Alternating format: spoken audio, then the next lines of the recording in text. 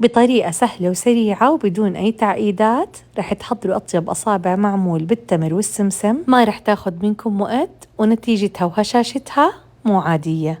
ببدأ إني أنخل الطحين مع البيكنج باودر وبضيف لهم المستكة المطحونة مع السكر وبهارات المعمول والسكر والملح. بخلط المكونات الجافة لحتى تمتزج مع بعض. بنزل عليهم بالمواد الدهنية اللي هي عبارة عن سمنة وزيت، خلطهم سوا وببسهم كتير منيح مع الطحين. ورح أبدأ أنزل بالحليب شوي شوي وعلى دفعات، وبلم العجين لم وما بعجنها عجن لحتى أوصل لقوام نفس الفيديو. باخد نص كمية العجين وبفردها بشكل متساوي بصينية فرن، وعلى قطعة سيليكون أو أي كيس رح أفرد التمر المنزوع النواة اللي عجنته مع سمنة وقرفة. وبنزل آخر شي كمية العجين المتبقية اللي فردتها على قطعة سيليكون. ورح أدهن الوجه بالشيرة أو القطر اللي خففته بشوية مي، وبرش الوجه كامل بالسمسم المحمص وبعطيه ضغطة خفيفة. قطعوه حسب الرغبة، أنا قطعته لأصابع نفس الفيديو. وبدخلها للفرن لحتى تتحمر تماما. اتركوها لحتى تبرد تماما واحفظوها بعلب وصحة وهنا.